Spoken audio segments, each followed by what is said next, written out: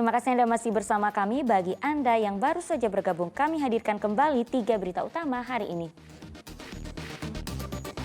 Pengendara motor tewas tertimpa truk muatan tanah yang terguling di Jalan Layang, Darmoleng, Brebes.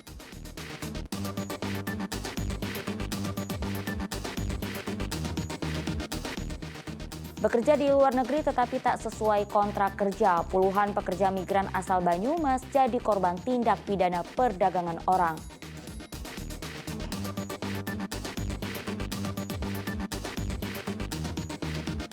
Tingginya permintaan sapi jumbo sebagai hewan kurban di pasar ternak Petambakan Banjarnegara memicu kenaikan harga jual hingga 2 juta rupiah.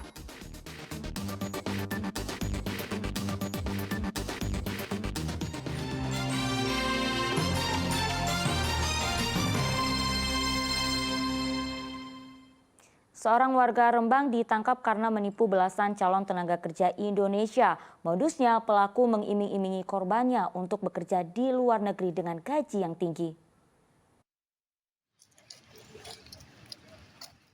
Inilah Yudiono, tersangka penipuan belasan calon tenaga kerja Indonesia di Rembang. Warga Desa Banoan, Kecamatan Sarang ini menipu 19 orang dengan iming-iming kerja di Malaysia dan bergaji tinggi. Ia mensyaratkan korbannya harus menyetor uang muka 3 juta rupiah. Namun usai uang muka disetor, para korban tak kunjung diberangkatkan ke Malaysia. Modus ini telah ia jalankan sejak 2017. Para calon korban ini disuruh untuk mengumpulkan syarat-syarat seperti KTP, kartu keluarga, kemudian akta, ijazah, buku nikah, dan syarat-syarat yang lain.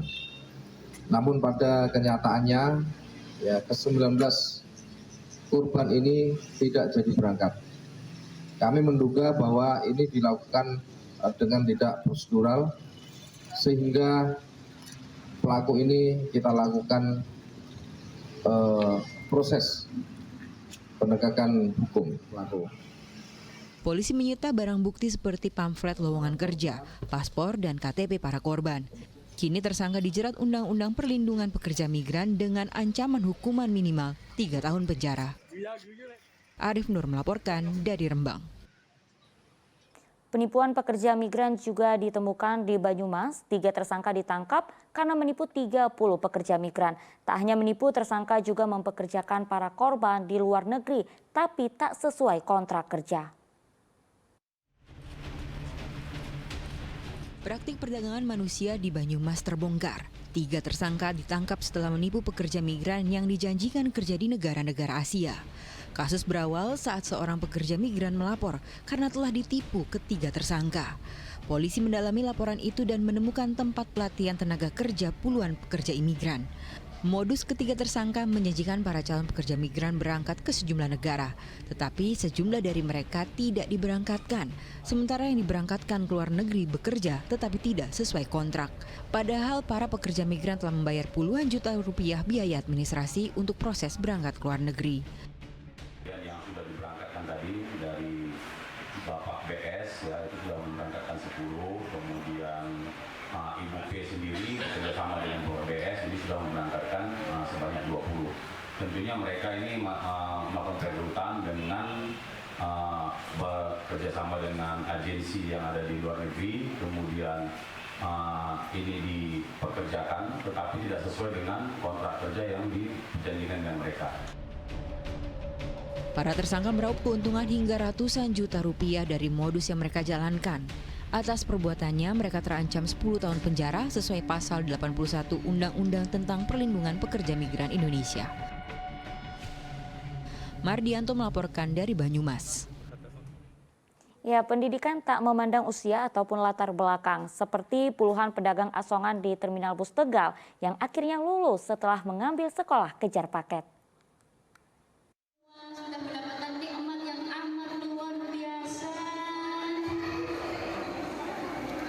Sujud syukur ibu-ibu ini bukan tanpa sebab. Mereka adalah pedagang asongan yang dinyatakan lulus setelah mengikuti sekolah kejar paket. Salah satunya Sri Rejeki. seorang pedagang yang cita-citanya sempat kandas saat memutuskan berhenti bersekolah karena berjualan di usia 17 tahun. Setelah 13 tahun, perempuan dengan keterbatasan fisik ini akhirnya bisa belajar dan lulus kejar paket B. Alhamdulillah, rasanya senang banget bisa lulus wisuda kejar paket. Alhamdulillah, puji syukur adanya TPM Sakinah Kertik. Ada 70 peserta yang mengikuti sekolah kejar paket A, B, C, dan kelas Al-Quran. 23 diantaranya adalah pedagang asongan yang biasa berjualan di terminal bus Kota Tegal. Hadirnya PKBM di terminal jadi salah satu alternatif untuk menciptakan manusia yang berkualitas melalui pendidikan non-formal. Ya, kita harus bisa memastikan sumber daya manusia kita harus benar-benar berkualitas. PKBM merupakan salah satu alternatif kita untuk bisa memastikan kita memiliki sumber daya manusia yang berkualitas. Jadi kita memang harus mendorong, dan satu hal yang penting di sini adalah bagaimana peran serta masyarakat. Jadi Lulusan kejar paket sekolah ini nantinya bisa melanjutkan ke sekolah lebih tinggi atau mereka bisa mengembangkan usaha sehingga lebih berkembang. Sugiartono melaporkan dari Kota Tegal. Pemerintah Kota Solo memutuskan memakai motor listrik sebagai kendaraan dinas. Anggaran yang dikucurkan nyaris 2 miliar rupiah untuk pengadaan 60 motor listrik. Kendaraan dinas para lurah di Kota Solo nampak berbeda. Bukan lagi kendaraan berbahan bakar minyak. Kali ini kendaraan operasional mereka adalah motor listrik. Lurah di Kota Tegal mendapatkan motor listrik sebagai kendaraan operasional mereka. Salah satunya Lurah Lawean, Agus Wahyu, yang senang mendapatkan motor listrik sebagai kendaraan operasional baru. Meski ukurannya besar, motor listrik ini cukup ringan. Desainnya pun ramah dan cocok masuk ke gang-gang kecil di kampung. Selain itu, kendaraannya ramah lingkungan. Sempat bingung di awal, tetapi setelah dicoba beberapa kali, penggunaannya mulai lancar. Untuk awal penggunaannya yang membingungkan adalah ketika tidak ada tombol starter. Jadi kita langsung dari mulai memutar kontak, kemudian langsung bisa ngegas. Jadi itu yang pertamanya mencari-cari mana tombol starternya. Ternyata tidak perlu pakai starter, tinggal ngegas saja. Tapi setelah itu lancar. Sudah saya pakai muter kemana-mana dan alhamdulillah motornya ringan. Pemilihan motor listrik sebagai motor lurah dan sekcam di Kota Solo karena ramah lingkungan dan harga kendaraannya lebih murah dibandingkan dengan motor ber-BBM. Lebih murah. Berapa lebih nyaman, lebih ramah lingkungan. per A-nya kan kalau dari sini kan sekitar 30-an ya Mas. Apakah mungkin ada harga yang miring lagi kalau dari Pemkot Solo? Untuk harga takon BPKAD ya. Yang jelas di bawahnya NMAX gitu. Emang sekitar segitu atau ada di bawah? Ketoknya 29 ya Mbak. Takon Pak Budi Murtono, aku dek kan pas pembagian ramen tuh. Motor listrik ini merupakan produksi tanah air. Kecepatan motor maksimal 60 hingga 70 km per jam. Pembagian kendaraan dinas untuk para lurah dan sekcam sejak 7 Juni lalu. Ada 57 lurah dan 5 sekcam yang mendapatkan kendaraan dinas baru. Anggaran 60 motor listrik diambil dari APBD sebesar 1,9 miliar rupiah. Heri Prasetyo melaporkan dari Solo.